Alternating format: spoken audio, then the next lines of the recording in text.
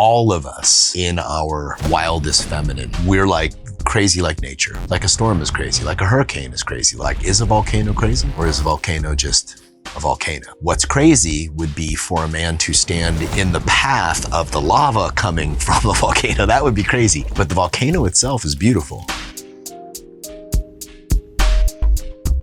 John, I wanted to begin with breath, the role breath plays in masculinity especially, right? Like, what's the difference in a masculine essence for a man who breathes shallowly, which most of us do, like little mouth breathing throughout the day, or someone who has, I can notice in you, like a deep belly breath? Like, how does that affect our ability to be men? Yeah. Well, I'll zoom out a little bit, right? Like, so my argument, my belief is that masculinity is a transmission of depth, right? And even more so, it's a transmission of depth of presence or depth of consciousness. And the role that breath has played in consciousness, for tens of thousands of years, has been pretty evident to the yogis and the mystics and, martial artists, right? They're all breathers. And, so when somebody breathes, and this could be true of man, woman, other, right? When you're breathing deeper and you're, sort of touching that depth. I mean, literally, if you breathe into your lower abdomen, you're breathing into the deepest part of your body. You're breathing into the center of your body. And when you're touching that, you're activating that space of depth. So people will literally feel you, I would argue, in a deeper masculine way of being, because you're activating your own depth. I mean, it sounds sort of simple, but if all we do is take, 3 minutes of breath or even a minute of breath, we can feel ourselves deepen into a space. And so if you want to transmit masculinity, which again, any human can do, it's really about touching depth and touching the depth of consciousness and presence that's at the core of us. Why is that? Why is touching depth masculine? Yeah, that's a great question. These are somewhat arbitrary, right? These are somewhat based on how people have observed the natural world, right? So when we talk about masculine and feminine energies, right, we're really talking about a reflection of the natural world. So if we think that the masculine is the part of the natural world that's spacious, that's still, that's let's call it, deep like a black hole, right? When we look at the things in the natural world that are still and deep and spacious, we feel the masculine. We feel what people call the masculine. Mm-hmm. They don't say, you are my swaying bamboo when they're talking about solidity. They're talking about you are my rock, right? So for some reason, and who knows why, right? I mean, who knows why we started to, label things this way or feel things this way? My thinking is that, that we all have an essence, right? I wrote about this in my book. We're all on a spectrum from, uber masculine to uber feminine, like super dense, still, spacious, connected to consciousness on one side of the spectrum, and super expansive, light, energetic on the other side of the spectrum. And so the more expansive, energetic, into movement, somebody is, the more they will be felt as feminine. It tends to be that most women, not all, but most women tend to identify more on that side of the spectrum, and that most men tend to identify on the other side of the spectrum. So maybe that's why these, I guess you could call them somewhat arbitrary, but I think valid in most ways, applications of that word sort of came in. If you break down the universe into its smallest component, which, is an atom, or I guess you could go even farther, but I'm not a physicist. But let's just start with an atom. An atom is basically empty space and energy, right? This couch, wood, like the whole world is made up of basically empty space and energy. And so the more drawn to the empty, spacious kind of way of being a person is, the more they're said to be masculine. And the more drawn to the energetic, expressive state of being, the more they're felt as feminine. So again, I suppose, I like to think of this framework as something that you can try on if it's useful for you. A lot of people don't want to have any attachment to any label, and that's totally understandable. But I think from an embodiment perspective, from a practice perspective, from, let's say, a tantric or a yogic or a meditative perspective, we can choose which element we want to live in or play in, right? There's a reason why most of the meditative practices throughout time were created by men and included breath, stillness, silence, spaciousness, touching the great infinite consciousness, the awareness behind our awareness. I'm not sure how much, meditation you do, but when you think about meditation, you can go either direction. You could either touch stillness, spaciousness, and consciousness. Most men are drawn to that, right? And if you meditate using sacred dance or, oftentimes gospel or, any number of kind of movement oriented prayer or devotional practices, those are often sort of considered more along the feminine form, and they were oftentimes created by women. Yeah. So, it just kind of has played out that way. And we have, I think there's a new technology that my teacher kind of created, even though it's ancient. He kind of recreated it and repackaged it to talk about consciously choosing our masculine and feminine essences to play in, because it tends to evoke spark in connection. It tends to evoke sexual polarity. Yeah. In my experience, the more I integrated my feminine side, the more I actually found stronger masculinity. That sounds counterintuitive, but most days, most men to find their masculinity nowadays are just doing the manly shit. They're like just working hard, just being abrasive and just being, a little sexist. And that's like the popular way to be. Yeah. In my experience, the more I actually gained touch with my feminine side, the more that created space for my masculinity. Why is that? How can that be? How can a man getting in touch with his feminine side and integrating it cause a healthier masculinity? Well, I think the key is healthier. You know what I mean? Like we're all whole human beings, no matter how far along, let's call it the masculine spectrum somebody is, they still feel, they still have emotion, they still have sensation, they still have all of those things that are the feminine, right? So if I was just going to super simplify this, the part of us that is unchanging, the part of us that is consciousness itself, the part of us that is, the emptiness of space, right? That is our masculine. And the part of us that is always changing, that is always moving, that is always expressing, right, is our feminine. Ultimately, for wholeness, we want integration of both, right? We want to be uber aware, like uber connected to consciousness and awareness, but we also want to be uber sensitive and able to feel and able to express.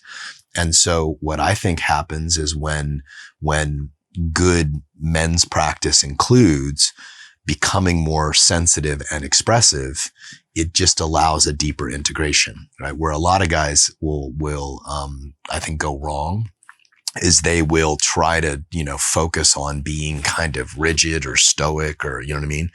And that's great. If they are, in a cave or living on their own or don't need to, relate with feminine beings, but any feminine being is just going to be is not going to want somebody who has no feeling and no sensitivity. And you know what I mean? So it becomes very valuable and attractive to be able to run the whole spectrum, right? From uber sensitive, I always teach the guys that I work with to practice feminine practice, which is about pleasure and movement and expression, and masculine practice, which is about stillness and depth and, like you said, breath. How does this play into sexual polarity? First, can you explain what the sexual polarity dance, what that is? And the question I have is that, will it ever affect the polarity if a man is going into feminine practices too much, or a woman is getting into masculine practices too much? Like, how do we do that dance? Yeah. How can we do that dance of balancing these acts, but also having polarity? That's like the magic question. Yeah. I always think about that in my relationships because I can never get the act right. Yeah. Yeah. Well, yeah, it does. I mean, let's just break it down into moments. Like sexual polarity is something that happens in a moment. It's not this kind of, it's not necessarily, and maybe there's it's part of your relationship to have a polarized series of moments, but we're talking about a moment, right? So in a moment, one partner, decides, right, to amplify their masculine, meaning they'll get deeper, they'll get more still, they'll get more directional, they'll get more, connected to consciousness, right?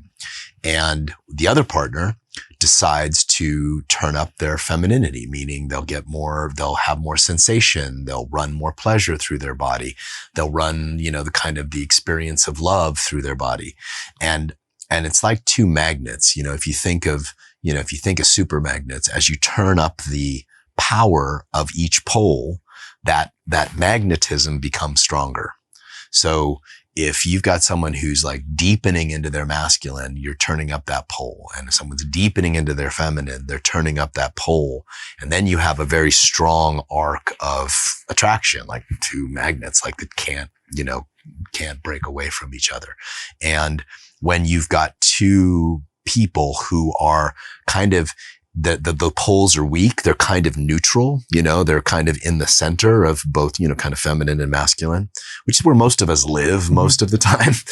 They get kind of neutralized, like two magnets rubbing together, if that makes sense. What's the solution to that? Like having, if what you're saying is true and we all are in that somewhere in between range, what's a solution to not lose a polarity? Is it just to cultivate moments in time? Yeah. Like an hour to be like, to just get into that, to, as a man, just like drop in. Yeah. And allow her to go into her expression. Is it as simple as that? Just create some space to do that? Yeah. I mean, there's lots of ways to do it. You can get skillful in recognizing what a moment needs.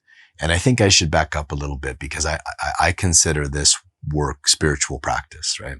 And if we think of the divine, I'm a Buddhist, so I call it the mystic law, right? The mystic law has both, or, I would even say God has both an unchanging infinite space, right?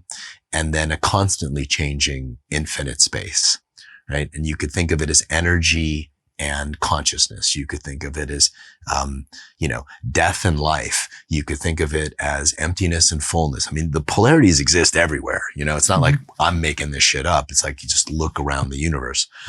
But the divine itself has these aspects. And the more that we, play in this kind of, in the polarity, the more we're amplifying the duality of the one. Like yin and yang. Like yin and yang is not necessarily just one thing. It's one circle that's broken up into two separate parts. And so we think about polarity practice as a way of the dance of the divine, of the great she and the great he. Then it deepens the experience. It's less about just creating magnetism, which is great. It's hot. It's beautiful. It's fun. But you're really talking about, the goddess, Shiva and Shakti. You're talking about a deeper sort of dance that's been going on since the beginning of time.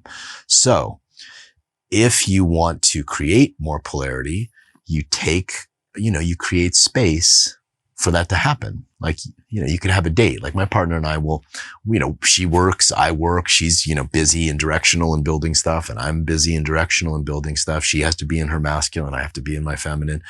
But let's say at 6 o'clock, we're like, okay, we're going to come together, right? She is going to bring her deepest feminine practice and I'm going to bring my deepest masculine practice. And when we do that, those dates are really beautiful. So consciousness, like deciding, like we're going to like be artful and sacred in the way that we practice love. But during the course of the day, I might feel that a moment needs my masculine or my feminine more, right? A moment might need me to be more vulnerable and expressive so that love is liberated, right? Or a moment might need me to be more still and hold space for something she's going through, right? And part of good masculine leadership, and I write about this a lot, is having the capacity to recognize those moments and then bring the skill set. One thing I'm curious about your take on, I've been thinking about, is that in this work for men, there's a lot of pressure in saying that the masculine has to always have it right. Like you always have to be leading in the right way. You always have to be like, not, David Data says, I mean, I respect it, but it's like, never let the woman's ways or emotions ever affect your stillness or your temperament. And to me, it's like, how true is that? Like how rigid does it have to be? Like, what's the line there? Like, is it true that men have to always be that rock and always be that like, what's that line? I think that chapter gets a little misinterpreted, but I think what he's saying is never let her storms shake your core, right? Like, so no matter what she's doing or what the world's doing or what your children are doing or what other people are doing or what you're doing, remember your essence, right? And continually return to your essence as a place of grounding. Now, of course, that doesn't mean that you never get emotionally shaken and you never get emotionally disturbed. The difference is that, again, think of it as this spectrum, right?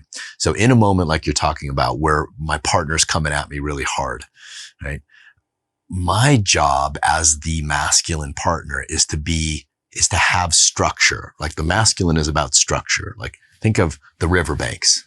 They're the structure for water, right? Or the banks of an ocean, right? So my job is to have structure and also be in the flow of my own emotion, right?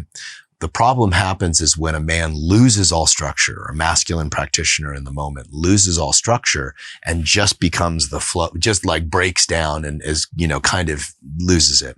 Then he becomes less trustable to a feminine partner. And I've seen this in workshops. I've been teaching workshops for, over 10 years now.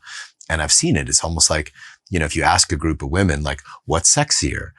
A man who is both feeling fully, but maintaining posture and breath and has a grounded, but you're feeling him. He might be weeping.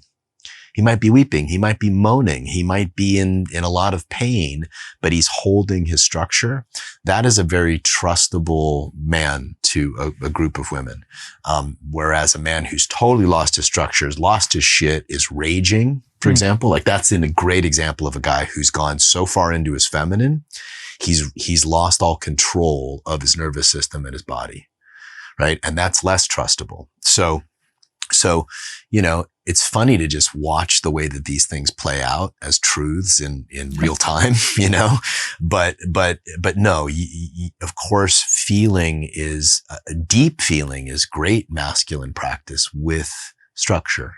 Yeah. The next thing I was going to say is another point in trying to think of stereotypes in the masculine and feminine. Yeah. I agree with you on all this shit. I'm just trying to figure the nuances. Is that another stereotype is that like women are just kind of crazy, right? That women are just insane, which to me I do probably agree with, but it's like that they're just so emotional and so turbulent.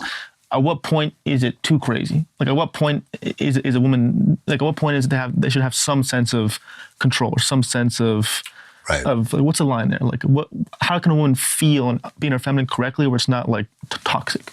Do you know what I'm saying? Yeah. Well, okay. So there's a lot to unpack in that, right? Yeah. But all of us, in our like wildest feminine, right? Yeah. We're like crazy like nature. Mm-hmm. Like a storm is crazy. Like a hurricane is crazy. Like is a volcano crazy? Or is a volcano just a volcano, right? Yeah. What's crazy would be for a man to stand in the path of the lava coming from a volcano. That would be crazy. But the volcano itself is beautiful, just like the storm.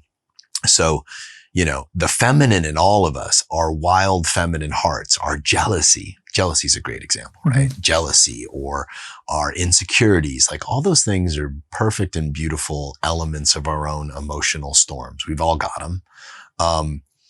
But when a woman, just like a man or any human, right, has no control over it, like, and no awareness over it. She hasn't cultivated her own masculine enough to be aware of, now I've crossed the line and now I'm now a tornado destroying things with my words, with my emotions, right? She has no masculine capacity for awareness in and of herself. This could be true for a man as well. Then she's kind of gone too far into the feminine and it's now become a destructive storm versus if, we'll do this practice oftentimes where when a woman's feeling that way, like so much emotion and so much sensation, she doesn't quite know what to do with it. We'll say, hey, just take a minute and just be a hot mess, be a volcano, be a da-da-da-da. That's giving a masculine structure to her emotional experience.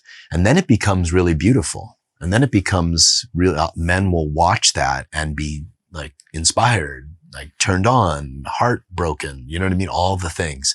So we all need to be aware, like dealing in absolutes of masculine and feminine is dangerous, right? I should always be feminine, dangerous. I should always be masculine, dangerous. We're always somewhere flowing.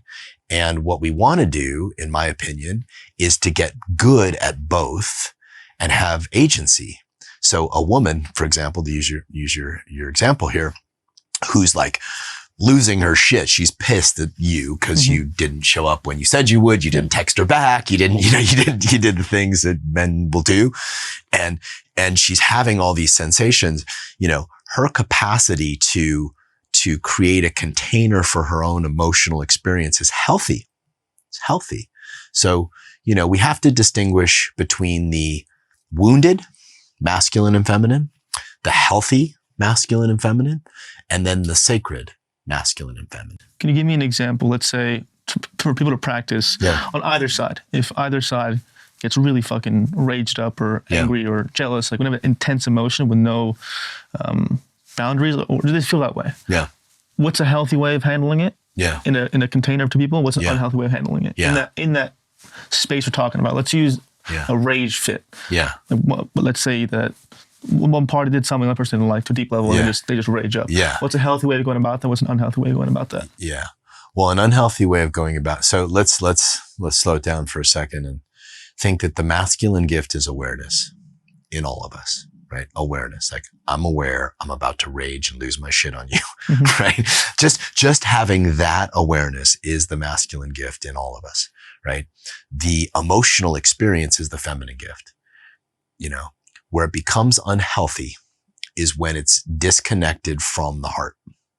So the real source of healing and the real source of even sacredness is the heart. So I can tell you, I've seen women rage at men while staying connected to their heart, and men weep. And then I've seen women rage and just blow it, like totally disconnected from their heart, just like eyes, men too, right? Any human, just raging like, rah, it's like a fire hose, right? So there's a yoga to expressing emotion healthily. And that yoga is heart-centeredness and wide versus heart disconnected and blasting, right? When we blast our partners with our unbridled rage or anything, jealousy or any emotion, right? We're like turning on the fire hose. But if we like open, if I'm feeling my heart and I'm feeling my rage, then I'm feeling out while I'm showing you my rage, it's a whole different experience. It's a whole different experience. We just haven't learned, like nobody taught us. In fact, most of our parents taught us the wrong way to express emotion. So I would say for that question, learning how to express emotion in a way that your partner can stay connected to is an incredibly powerful and important skill to learn in relationship, man or woman. Lay it out. How do we do that? Yeah. Okay. So again, like let's say I'm pissed at you, right? And I came at you and I was like, ah, right? So I'm blasting you. You could feel it come at you like a thing, right? But if I felt my heart first, could feel like under rage is usually fear, grief, anger, there's deeper shit. Rage is a habit. oftentimes. But let's just say if I'm enraged and I'm like, ah, you feel a difference? I feel your heart vibration. Yeah. And probably felt there was a width to it. Like I'm opening. For people listening, it felt a lot different being in front of you. Yeah. Yeah. A lot different. Yeah. One is like a blast of energy that's just, that I don't have your consent for, and the other is kind of a revealing of my heart pain. And, over time, as we practice this with our partners or just in life, we can learn to own and express our emotions. Think of it like that's a structure. I'm giving you my wildness within a structure that you can be with, versus the first one, you're going to immediately want to defend. Yeah. And if I add words to it, if I'm like, you motherfucker, and I start, and I'm doing that, I add words to it, then all of a sudden, game on, right? You're coming at me. So, these are a good way to think about these is like yogic practices or, even martial arts skills or meditative practices to learn to let the body direct emotion consciously versus just barfing it up. Yeah. Makes sense. I wanted to switch topics a bit towards, I think one thing right now we're dealing with in society is this kind of incel culture or men who want to be good with women or get women and they have no idea how at all. And I've been there myself. I only learned how to talk to a girl when I was like 20. I had no idea before. I wasn't overweight, unattractive till I was about 16, 17. And then I gained a lot of looks. Yeah. But I was still talking from a wounded, bullied child. So I kept pushing girls away. Yeah. I was on 2021, I figured it out in my own way. But I'm saying is I'd love to have a conversation for men like that. Because often men will think that I can only be worthy of females if I get tall, money, status, right? Yeah. That's all this thing here. Status. Men get status as a man and you'll get all the girls, right? So I want to go into like, one, why is that not correct? And two, what can those men start doing to cultivate an internal garden? Like what attributes can men cultivate internally to attract the feminine? Yeah. First of all, man, like I would say any man who thinks that, I bet they could name on one hand very quickly a bunch of guys who are broke and have no status that have lots of women around them. Yeah. Right. And so this idea that somehow we need money or we need status in order to attract the feminine is fucking bullshit. Or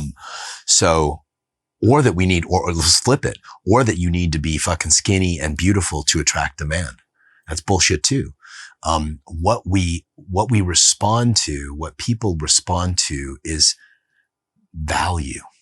And this is hard for people to get, right?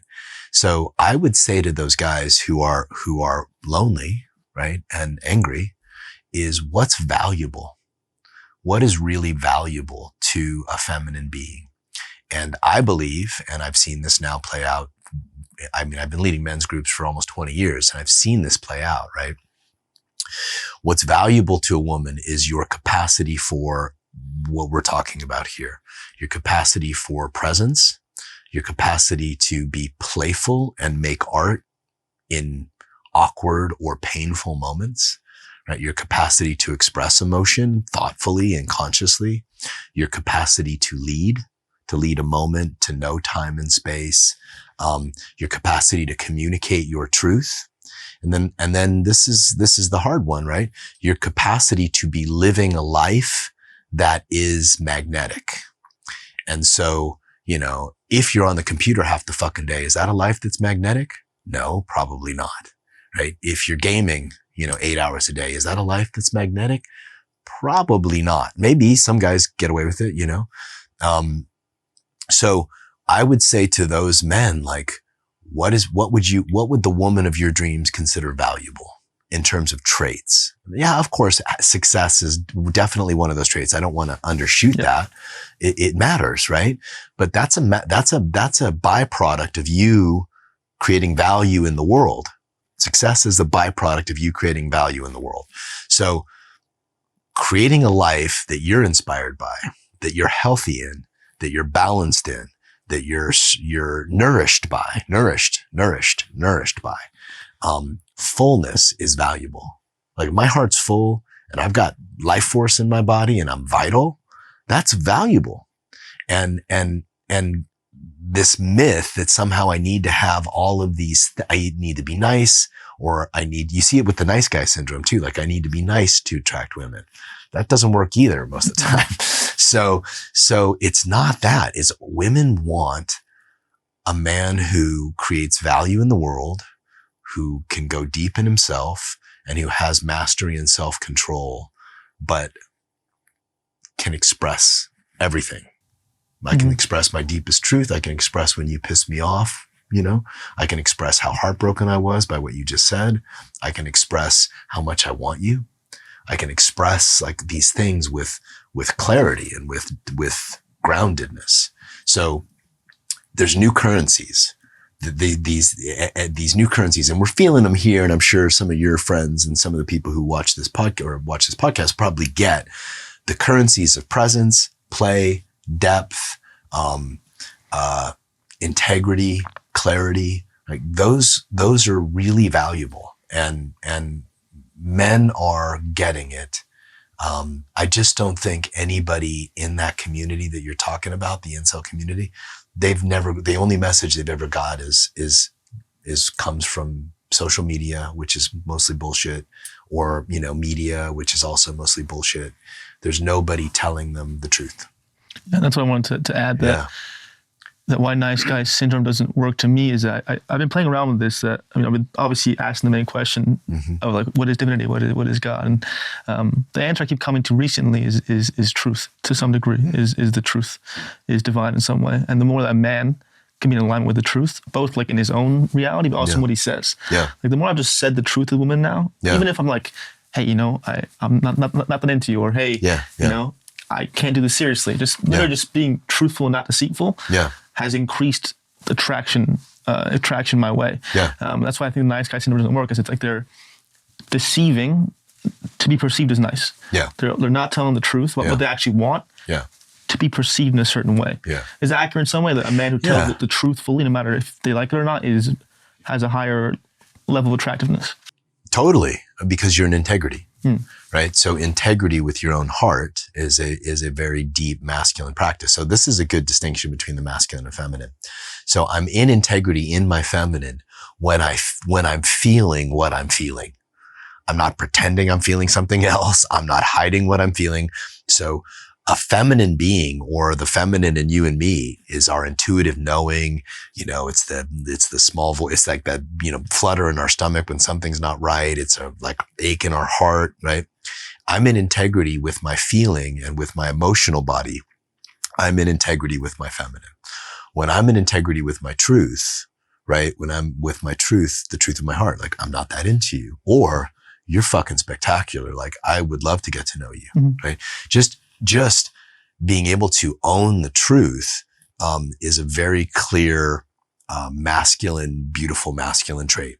But truth, has different components, right? The truth of feeling, or the truth of awareness. Like you're aware, you're not that into her, right?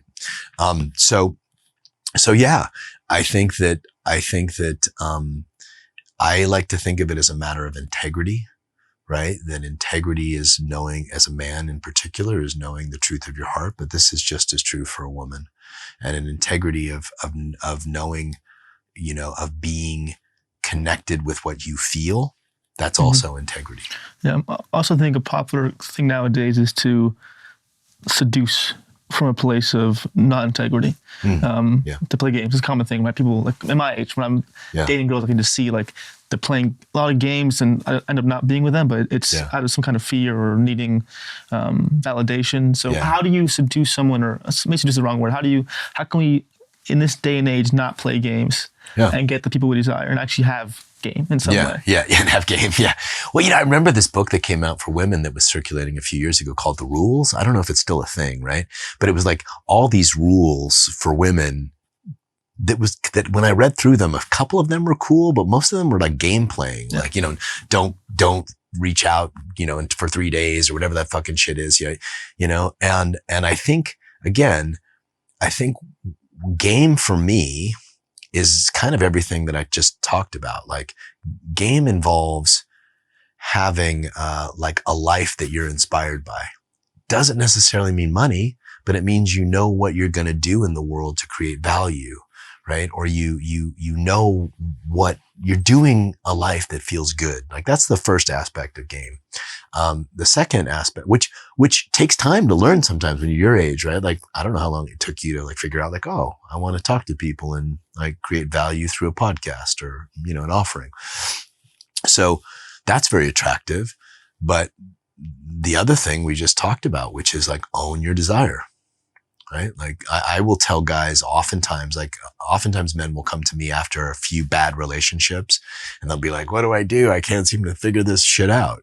And I'll say, okay, take a break for 6 months. No dating, no flirting, no trying to get eye contact with the woman at Starbucks. No, like, you know, no friends with benefits where maybe we're going to fuck, maybe we're not. Like go completely offline and really discover who you are and what you're here to do in the world and start to create that. Then after they do that, there's like this period of owning their desire. Like you see a woman you love or you see a woman you're attracted to, just be like, hey, you're really attractive. I'd love to get to know you. Is that possible? There's no collapse, no deflection, no like negging, you know, none of that shit. And that every time I see somebody do that, or every time I've done that, I've just been direct. It's always well received, always well received. Where can a man? A lot of this, I think, is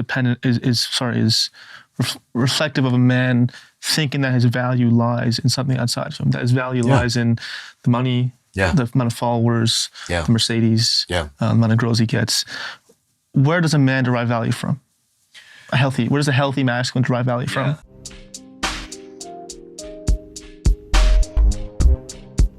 I'm gonna give you a break to digest all this amazing information.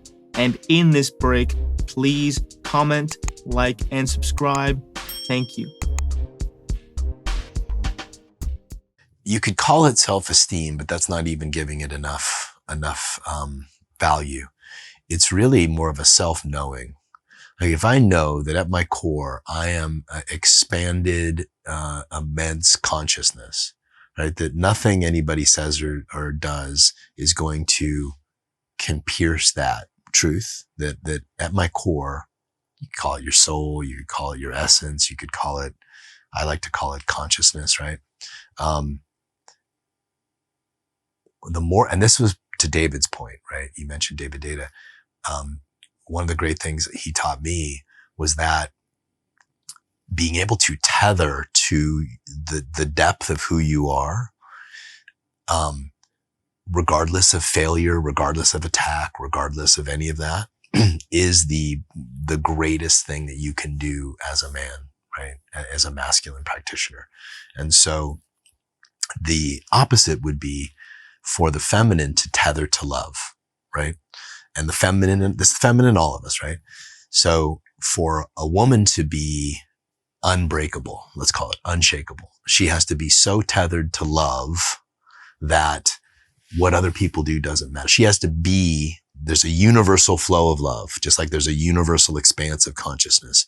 And the more we practice being attuned to those things, the less breakable, fuckwithable we are, because we can always return back to that space of, look, I'm love. He might not love me, but I'm love. And I'm just going to keep giving who I am. And for a man, it would be like, I am consciousness itself. And I'm just going to keep giving my consciousness to the world. And eventually something's going to line up in front of me. So let's try and unpack that a bit for us. So let's say you're a guy who has, lower middle class. Mm-hmm. You work maybe blue collar, or, you're a waiter somewhere. Mm-hmm. Good. You got a good life for you. You feel good about yourself. Yeah. But then those thoughts come in of, I don't have the money or the social media stuff. Mm-hmm. For a man like that, like, how can he cultivate that? Where does he go back to in his mind? How can he cultivate that belief system of like, I am consciousness, I am this? How can he come from that place when everything outside of him is telling him to not do that? Yeah, and hold that in him. That's a great question, man. And a lot of guys, and I was certainly there for most of my life and a lot of my 20s. The answer is train your awareness. Train your mind to focus on the things. So that guy you're talking about, who's a waiter, he's probably got great friends. Mm-hmm. He probably gets to spend time out in nature that he loves. He probably gets, maybe he's got a car he likes and he's fixed up, maybe he's got, all these things in his life that he can focus on and really appreciate, right? There's lots of people in Gaza that do not have those things or anywhere, pick a spot. And so training my awareness to not focus on what I don't have, right? I mean, we've heard this forever, right? You focus on lack, you get more lack. Right?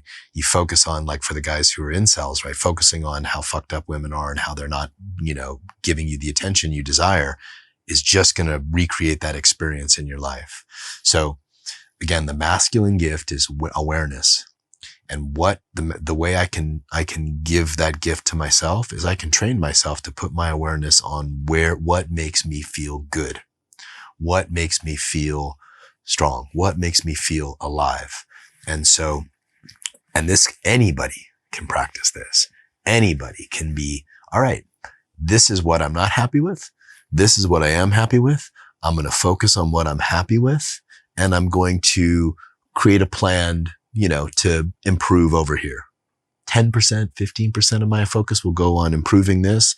85% of my focus is going to be on what's beautiful, what's amazing, and I could do this living in a fucking slum.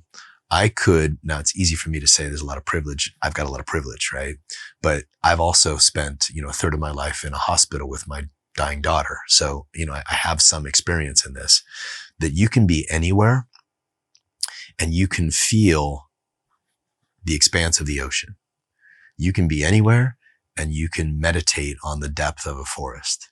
You can be anywhere and you can feel the universe expanding through your thoughts, right? By just training your awareness.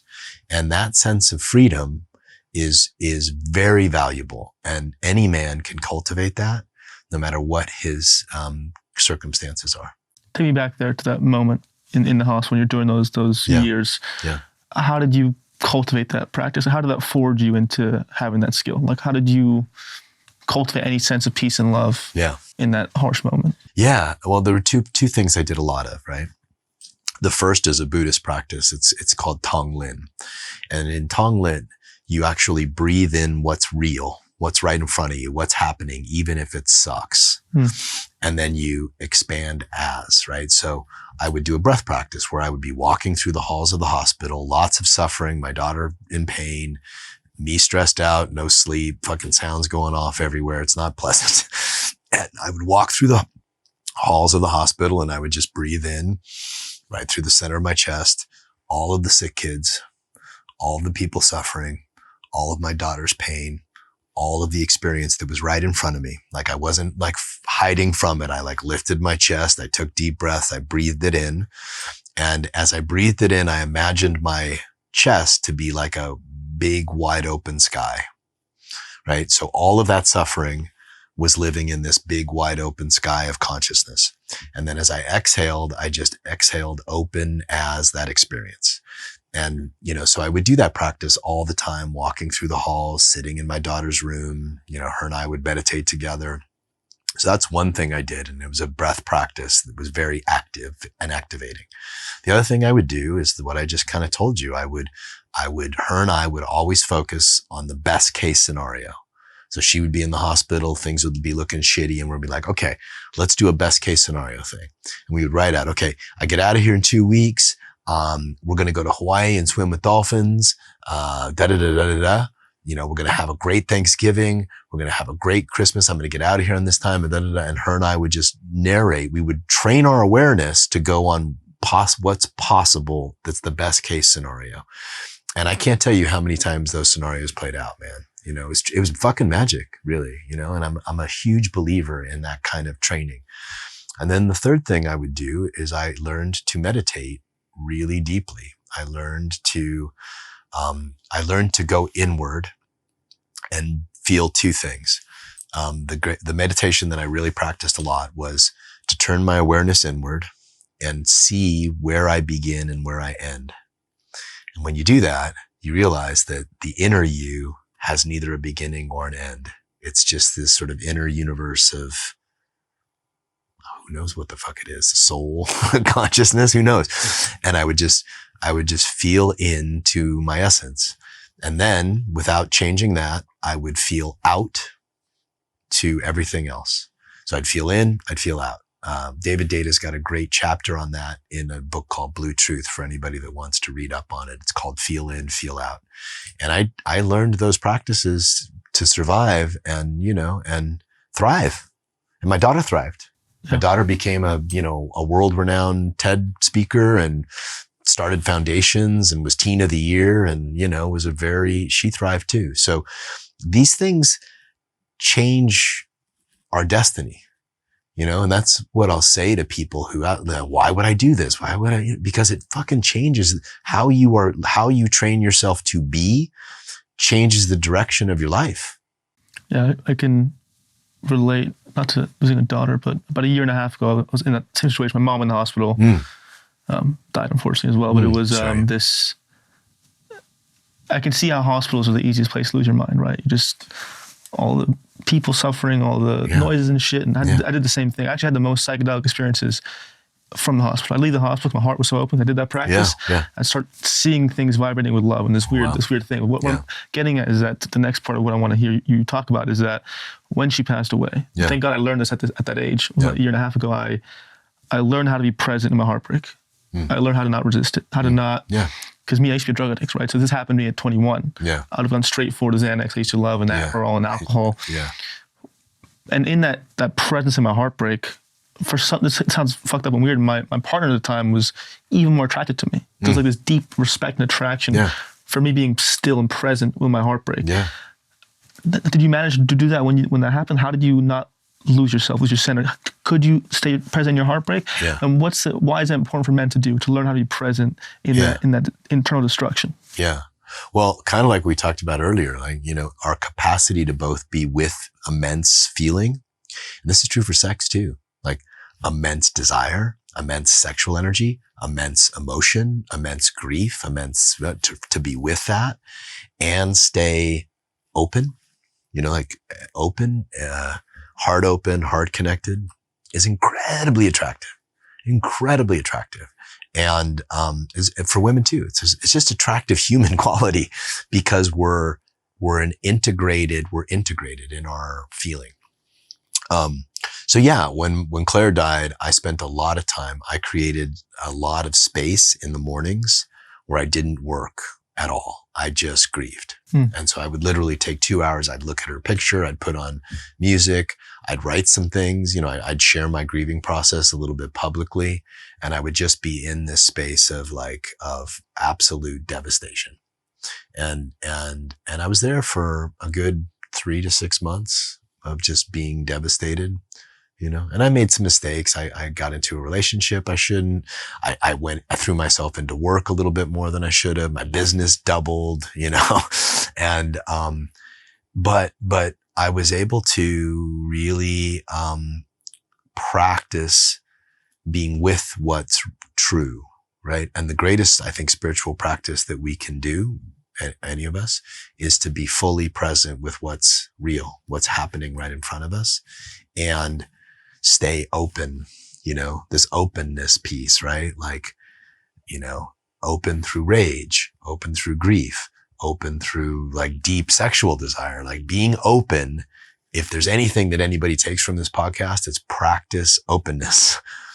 And that's a key. I was just talking to my podcast producer about this before he came in, is that, fuck all the beads, the ayahuasca, the mushrooms, like the real ceremony, the real spiritual practices. Can you accept what is? Can you accept reality? Can you accept all your shortcomings? Can you accept all your shit? Can you accept your shadow? Can you accept everything in this moment? That's a ceremony, right? Totally. Like, until we get there, it's just, we're kind of living a lie. We're in deception. We're avoiding the truth. And, back to this thing of what's attractive and what's valuable to a partner. This is true for all humans. Someone who can be in that space is just stable, even if they're going through shit. Someone who can be with what's real has a stability to them that is magnetic. In terms of the way you connect with your daughter, how do you understand where she is now? Are you the kind of person where like she lives, like my dad isn't as much spiritual as I am. She's like, she lives in my heart, right? Like she lives in my heart, and the way she kind of made me realize love, and she operates through me. And then I kind of believe in the astral way of being. Where are you at with that now? Yeah. Kind of all the above. You know what I mean? Like, I happen to believe that her spirit is with the cosmos, right? Mm-hmm. However, when I go to Hawaii, I feel her a lot. And that was one of her favorite places. So both her mom and her mom was on Maui, I was on Kauai a couple of years ago. We were like, are you feeling Claire like I'm feeling Claire? And so who the fuck knows, you know? But I feel her free. I feel her free. And so I have, it's taken me a few years, but I have a lot of peace. And, this could be applied to people who've lost, who've had relationships end, people you didn't want to leave. Like letting them be free is a huge, beautiful practice. And I think that helps, create peace in my heart. Since you have some, healing power, I believe I do to some extent. When my mom was dying, there was this part of me being like, well, how can I heal her? Right? How can I stop this thing from happening? What can I do in her energetically, all this shit? I couldn't do anything. I felt her spirit. I was like, I got out of this shit. I'm out, and I couldn't do anything. Yeah. So you have a similar experience where you kind of going through, what can I do? Because you must know people who can heal. Like, what can I do to stop this? But you knew deep down, like, this is out of my control. This is destiny in some fucked up way. Yeah. How'd you manage that? Well, I failed at it for a while, man. I mean, when she was young, I definitely was trying to bring every possible modality, because CF is an ultimately fatal, pretty brutal disease. And, I tried to bring, I had mushroom protocols, not magic mushrooms, but like reishi and all kinds of others. I was like feeding her everything I could. We'd go gluten free. We try everything. And eventually I just realized it was way too much it was my fear of losing her that was driving that desire, not my acceptance of what is, right? Now, it doesn't mean, she can't eat healthy. It doesn't mean we can't cook well. It doesn't mean we can't take vitamins, but it was what was driving it was my fear. And so again, back to this place of good masculine practice. And I think just good human practice is when we're aware of what's driving our impulses. Lots of our impulses come from fear, come from pattern, come from wound, and having the awareness to go like, oh, that's a wound move right there. That's a wound reaction. That's a wound pattern. That's not me accepting what is and then deciding what I want to create from there. That's a big difference. Like, all right, here's what is, like hospital, like we're in the hospital. I'm going to be here a couple weeks. All right, here's what is. What do I want to create with her from there? And this could be just as true in somebody's relationship or for a guy who's waiting tables. You know what I mean? Like, all right, here's what it is. I'm working hard. I'm waiting tables. What do I want to create from here? Yeah. You are someone who, all the notes I've written down, who possesses a lot of wisdom and has a lot of things I respect. I've actually learned from a lot. Thanks. However, in this kind of space, it can be presented that we don't have our own shit, right? That we don't have our own shortcomings.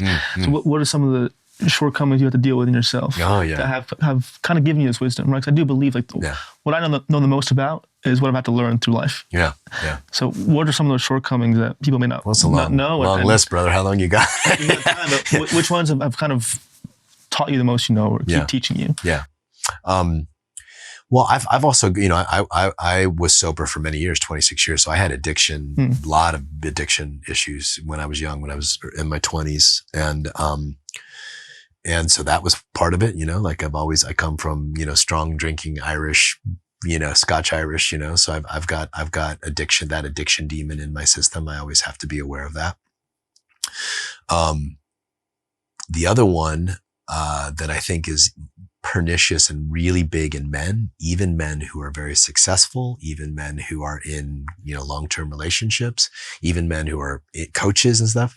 The thing that we all fight is reactivity.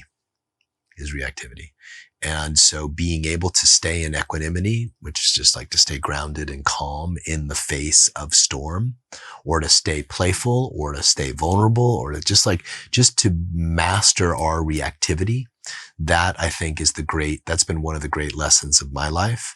And one of the things that took me much, much longer than I care to admit to get better at, to get good at.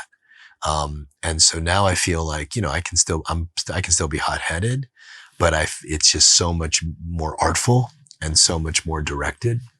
So I think reactivity is the big one for me of like being able to allow people to be who they're going to be, or life to be who they're going to be, right? Without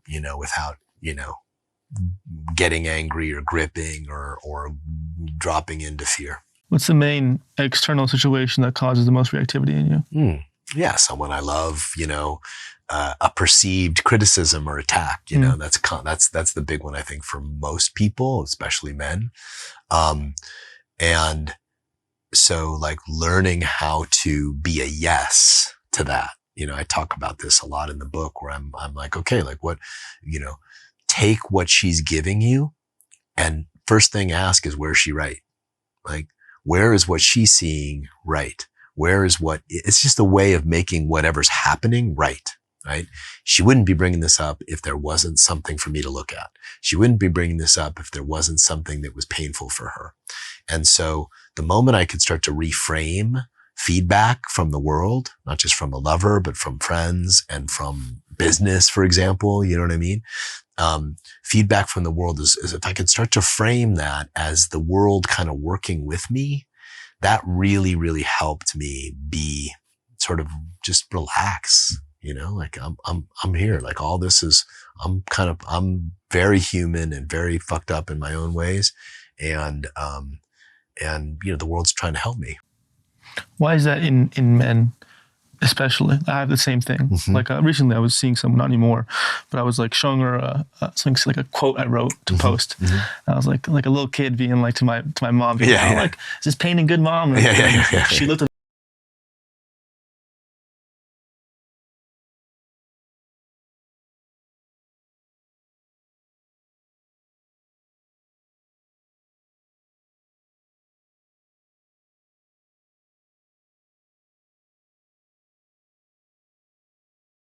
At all. Yeah. Another layer, at what point is it not okay? Yeah. At what point, like, what's the way of a woman doing it that's cool and acceptable, and what's the one that's like we shouldn't accept? Yeah, that's a good, again, if you're feeling, so any feedback or even criticism or complaint, right? That's got heart, like when I say heart, I mean literally feeling your heart before you open your fucking mouth. Mm-hmm. Like, all right, I'm charged about this. Let's say I'm your woman. I'm charged about this. I'm going to at least feel my heart and feel what's there before I open my mouth, right? And so where I think it starts to become destructive is when there's no self-awareness, right? When there's no self-awareness. Self-awareness is the key to all spiritual growth, all personal growth, all relational growth, man or woman, or however you identify. So if this person is giving you shit and they have no self-awareness about why it bothers them, or is it an old wound that's just getting projected on you, or are they projecting on you, or are they gaslighting you, or are they making your experience wrong? If they have no awareness about that, that's a no-go for me. It's a no-go for me. But if someone says like, okay, I'm really fucking charged about this. I'm really upset about this, and it's probably not anything you're doing, but wow, I'm like, what you just said hurt. Wow, that hurt. That hurt, right? Now I'm responsible for it. And I think that's the key for most men. Men tend to, okay, so let's back up a bit.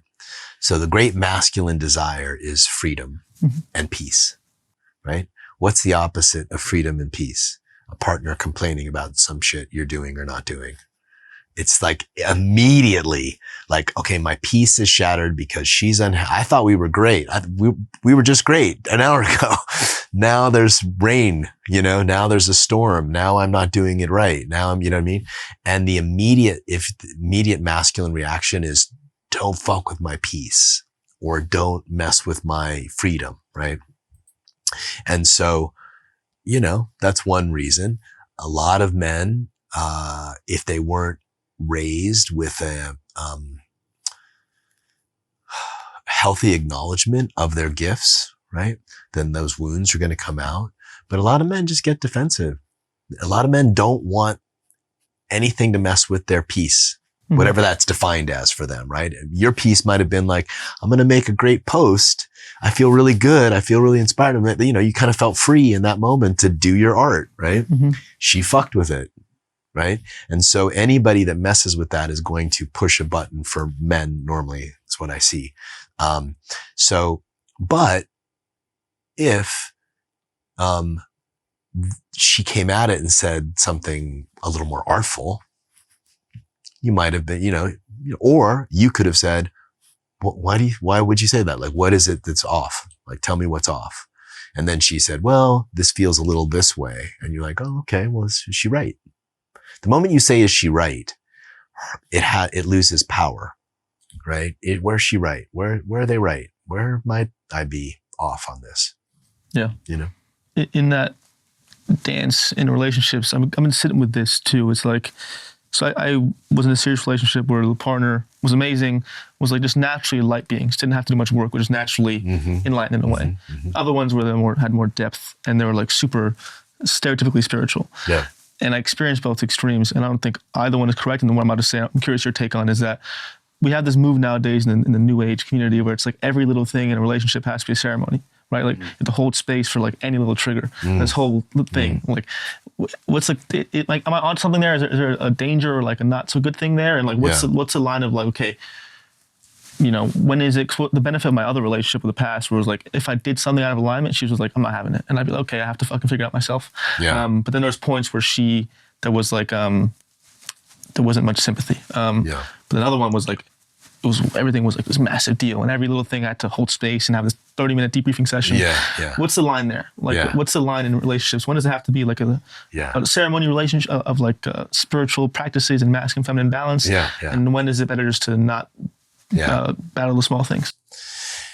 Well, I have a framework, and mine's might be different than other people, but what I think matters most is love, right? And I'm not just saying being in love or staying in the relationship. I'm talking about the flow of love in the moment. So anything that would liberate that, would return the disharmony to a sense of love harmony, whether it's just respect or acceptance or compassion or, downright, intimacy because you both got vulnerable. That's where I always want to go to is, all right, what in this moment or what in this relationship or what in this part of our relationship needs to happen so that the flow of love happens better?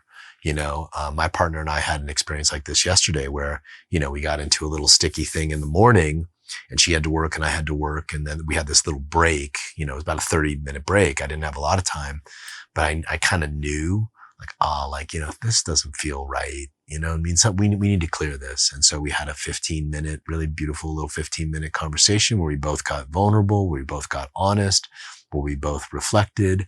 And then at the end of it, love flowed beautifully, right? So I always default to what's going to liberate love, what's going to create love. And I believe that, I've said this publicly, I believe that is the masculine gift, right? Is to help lead things into the flow of love. Now, of course, women can do it too. Of course, any human can do it. But it's a message I want to keep giving to men, right? Like, if shit is sticky, be the first. Like, be the first to say, hey, this feels wrong. Let's tell me, what do you need to say so that you can let this go? Right? What do you need to hear so that you can let this go? And I always want to keep telling men to lead that way. That's such a good point. I think when I haven't been as good of a man, where I think some men do it too, is I'll like pout and sit there like kind of like in that energy of like, what the fuck, when she does something that it's not in line with me, I would kind of pout and be stuff. And it's because I have pride, right? I want her to be the one to correct things, but it feels much better when they're the one to correct things. Yeah. Well, most people don't know how to do that. You know what I mean? Like most humans do not know, unless you had really healthy parents who had a really healthy way of communicating and really healthy love exchange. You weren't modeled that. I certainly wasn't, coming from multiple divorces. So most humans have no idea how to actually how to repair, how to return to equilibrium. So I that's why I like to tell men, like, model it. Like, lead it, like, be the one to own, like, here's where you're right, baby. Like, I was unconscious there, or I was reactive, or I was being childish. You're right. Like, that was kind of childish in me. I'm so sorry. Yeah. Right. Or I dropped that one. I'm so sorry. Yeah. Right. And when you do that, just a little pro tip, guys, when you do that, then if something doesn't feel right, you can say like, but you know what? That doesn't feel like mine. Mm-hmm. And it's more trustable because you've already owned what's yours. Yeah. So, my message to people all the time, I work with a lot of men and women, is like, go first. Just be the first one to like step up and go like, you know what? Like, how can we fix this, baby? What do you need? The fucking magic question. Yeah. What do you need, baby? What do you need? Like, what do you need from me so you feel good? So we can, I need space. Don't talk to me. Okay. Right. Yeah. In your solution, you mentioned coming back to love. What is love to you? Because I think people will hit their wife and they'll say like, it's a bad example, but love can cause a lot of bad things, right? Like it's not love, but like the being in a relationship or being in a dynamic of like, heat can sometimes be perceived as love, and you'll like get into fights and like toxic love. Yeah. So what is love to you? When you say coming back to that place of love, what is that? And how does that differ from the love that can cause some negative things sometimes? Yeah. Well, it's easier to talk about what love isn't, right? Yeah. Love isn't codependency. Love isn't ownership. Love isn't, controlling others. Love isn't closure. I mean, think of it in the body, right? So you could talk about open-heartedness as a way to experience love. Like, I'm just going to be open-hearted, right? But love is a verb. Love is an action. Love is, it's not a noun when it's in the human form, right? When it's in the human body. Love happens through the body. So to make your body an expression of love and consciousness is the ongoing, everyday, moment by moment practice. There's no history in that. Love isn't history, right? Vulnerability might have history. Right? And vulnerability is a kind of openness. So I like to think of love as openness. And I like to think of love as a timeless experience of openness, connection, right? That has no history to it. Mm-hmm. And anything that helps us return to that space is valuable. Good answer. I wanted to hit one last chunk of topic out of my own curiosity for my own life. Yeah. Is, you've worked with a lot of groups of women, women well. What are things you can universally say women find unattractive? Women find unattractive? What are qualities in a man that are like universally, for the most part, obviously things are hard to generalize, but what are things for the most part that you can pinpoint and say, women find this unattractive? Yeah. Cowardice. Like not being able to speak your truth, or not being able to stand up to her, right? In some, when appropriate. Not being able to, step into the world in the way you want to because you're afraid. So cowardice is very hard, and oftentimes they'll try to cover it up by caring and caretaking, but ultimately that is a libido killer. Lack of self-mastery, right? Like, so if I can't even control how many hours a day I'm gaming, or how many hours a day I'm on social media, if I have no control over what I know is good for me, that will be unattractive.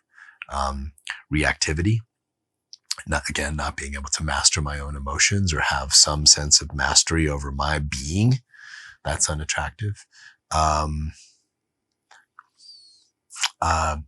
you mentioned nice guyism, but again, that falls into like lack of owning a truth, right? Lack of communicating a truth. And then, this is a common one. Men who live in this state of burden, right? Like they're always so busy and life is always so burdening to them, and they aren't nourished, right? So malnourishment, like guys who can't go out into nature. We talked about going to Hawaii, right? Like getting filled up and like getting yourself nourished and full. That is unattractive. I can't catch a break kind of guy. I can't catch a break. Everybody wants something from me. Yeah. Everything's like, what I mean? Everybody's like on me and like, it's kind of like this, again, you're fucking with my peace. Yeah. And so that they find that unattractive. And I think that the biggest one that I hear all the time is living in your head, like constantly thinking. No breath in your body, no ground, no like actually being in the moment, this kind of constant, like thinking about stuff, self-referencing, self-centeredness. There's no awareness of the space, that's very unattractive. Yeah, the common one is explained that most men will talk about or aren't not in the enlightened community, but will be, I'm trying to see what's accurate, is being non-needy. Is that accurate too? Is being needy as a man unattractive? Is that kind of overhyped? No, that's way overhyped. Oh shit. Yeah. Oh yeah. Way overhyped. Like I need you. I believe that. So I'm open to not believing that. Yeah. Convince me. Why? Absolutely. Because it doesn't serve me well. So why is it not the biggest deal? It's not the neediness. It's not the need. Like what's a need you have? In what sense? In a relationship, like if you're with your partner, like I need her to support my expression. Yeah, sure. Occasionally I like, words of affirmation. Great. Okay, great. So praise, like to be praised. Yeah. Okay, good. So feel that need, right? Mm-hmm. Anything wrong with that need? No. Yeah, no. The problem is not the need. The problem is how you collapse around the need, hide it, don't express it, or when you express it, it's expressed all kind of, like graspy. Like I've when a man, it's just like saying it falls right in the category of owning a truth. If you need praise, if you're a man who I need physical touch, I also need praise. I actually go to my partner sometime and I'm like, baby, let's do some praise practice. I need some praise. Yeah. I'll praise her for 2 minutes. She'll praise me for 2 minutes. I'll feel great. She's open. I'm open. So it's not the need, just like it's not the emotion or the fear that repels a feminine partner. It's our closure around it. What about something like needing connection? Right. Like if you, let's say me, who's single, or a man who's single and lonely and feeling that, people will say that, like this need to be connected will push them away. Is that also not true? Also not true. It's all in the delivery. It's all in the... An example of like bad delivery, good delivery. Yeah. Well, bad deliveries often don't happen because the body closes and they'll just pretend they're not lonely. Whereas if you met a woman at a bar and you just said, you know what, like I've actually been feeling lonely. Like this is really, really nice to connect with you. Mm-hmm. But chances are that would soften her heart. That chances are she would find that attractive. Now, if you went and said, come home, be with me forever, come home with me tonight, like don't ever leave me. That is bad needy. But the true deep emotion of even just going to your partner and saying, I'm feeling needy tonight. I do that. I'm like, baby, I'm fucking needy tonight. Like, come sit next to me. Like, I'm just going to hold on to you. Is that okay? Yeah. 99 times out of 100, she's fine. That worked with jealousy too, where I'd be very like, much. Because we're all gonna get jealous, right? Yeah. And you can either go about it as a man, repress it, and take it out on her in some way, leak it out. For me, I learned just to say, like, let's say she was talking to some dude, I'd be like, I was kind of jealous tonight, in like a playful, charming way, and then you lose the shame when you own it. It's like this whole different vibration versus like swallowing it and being like, like fucking, aggressive and angry. Well, you mentioned the shame around need, the shame around fear, the shame around, around grief or loneliness. It's the shame around the need, which is usually from our parents or our upbringing. That's unattractive, not the need. So when we express it without shame, just open, like straightforward, like, I'm fucking lonely tonight, baby. Like, can you come over? Even if she can't, right? Yeah. It's not the same impact. And I've tested this now with thousands of women over 10 plus years of 15 years now. Yeah, I'm having the most mind blown moment in my podcast so far. Just because it's a belief I've held for so long that like I thought was true, but never really was serving me, and I feel ashamed about it. Because like when men are led to believe that, right, like non-neediness is the way to go. Then when you feel you have needs, which we all do as human beings, right? Like if you're a man, you want to be nourished or ravished or held, and you're like shaming yourself for that. Now I see it all together. I'm like, oh shit! No wonder I've been fucking feeling this way. So because the shit. Well, and it's good. It's just good. It's a good catch, Lucas, because when you feel shame, your body reacts in ways that sometimes you can't even tell. Your heart rate speeds up. You kind of tense. You stop breathing. Like you close. Right. And so it's the closure that turns women off. But if you're open and and express a true need, many women will consider that super sexy. Let's close with this summary of like, we're trying to cultivate like, an enlightened guide for men to not get women, but to find women. So that's what I'm trying to cultivate in this episode, because that's what most men look for, but they'll look at bullshit, like Andrew Tate stuff and shit like that, which I respect from in some ways. Whatever he says isn't great sometimes, but anyways, so let's summarize. Like for a man, what's that playbook? What are like hits that like a man should be doing to call in his woman, right? We talked about owning your needs, being honest, truthful. What else do we throw in there for like a well, let them appear, right? Like live and this fucks guys up, right? Because we're action oriented, right? I need a plan. I'm going to get on apps. I'm going to do that kind of thing. Fuck the apps. Yeah. So it's a dopamine addiction. Let them appear, like get masterful in your life. And this is true for women too. I write this for men and women, cultivate the experiences and the ways of being that you feel good in, and people will just flock to you. Learn to meditate, learn to breathe, learn to open your body, learn how to make money. Learn how to make money, but don't fucking trip on it. It's not the only thing. Just learn how to do it and get better at it. Learn how to have impact in the world. Like I said it again, it's like create the life and do the deep work that you need to do so you're in integrity with yourself. So for example, let's say you're a kid who was abused, who was sexually abused or physically abused, right? You're a guy whose dad left, you know what I mean? Do the work on that. Like actually go in and have the balls to do, your own deep inner work and heal. Right. And so the more in integrity you are with yourself and your life, the more women will naturally women will naturally find you attractive because they can feel that your awareness is trained on the things that it's supposed to be trained on. Making money, living a life of impact, creating a life I love, dealing with my own demons, right? All those things are really, really attractive. What are some things to final thing? What are some things that they like no-goes like that they should avoid? Yeah. In the pursuit of finding their lady. Yeah. Numbness. Yeah. So anything that just numbs you out for long periods. I mean, look, we all go numb. We all need to check out. That's all good. I'll watch Netflix for 5 hours at a time when I need to, but if I did that, multiple times a week, right, I'm numbing. And so numbness is the great killer of men these days, and not having the guts to feel what there is to feel. Mm-hmm. Yeah. So numbness in all its forms, whether it's gaming, whether it's addiction, whether it's porn, whether it's, I know some guys who are addicted to apps and just, pulling women in the apps, and they're just numb.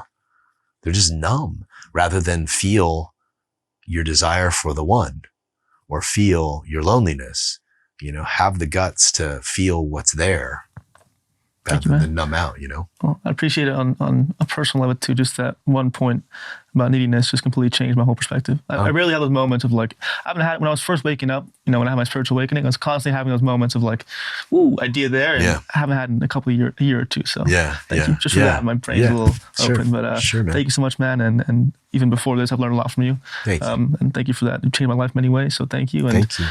Where can people find you and learn more about your stuff? Yeah, come to johnwineland.com. I run men's programs. I do co-ed workshops where we do work on intimacy and sacred intimacy and sexual polarity. And then I also have a subscription service that I love that we've been building for 5 years. It's thousands of hours of content and hundreds of hours of practice. So people can just like do couple practices. They can do masculine, feminine practices. There's 30 different kinds of breath practices. And so that's the virtual workshop, and that's John Wineland streaming. Awesome. Yeah. Thank you so much, man. Yeah. Appreciate it. Thanks for having me, bro. Of course.